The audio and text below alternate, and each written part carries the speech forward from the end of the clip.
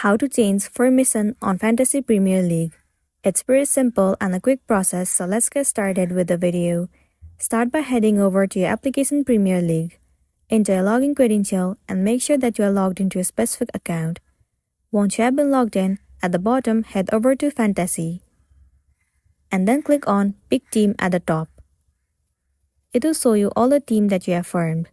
Now, in this team, if you want to change the formation, then all you're gonna do is, first of all, click on the player in which you want to change the formation of, and then tap on Substitute. After that, you can place this player anywhere you want to. Let me place it to the midfielder. And there you can see that the formation has been changed. Likewise, you can change the formation according to your need, and then you will be good to go. Once you are done with the formation, tap on Confirm at the top right corner of the screen, and then you will be good to go. So that's the wrap for this video. If this video helped you, give it a like and check out our next tutorial. Thank you.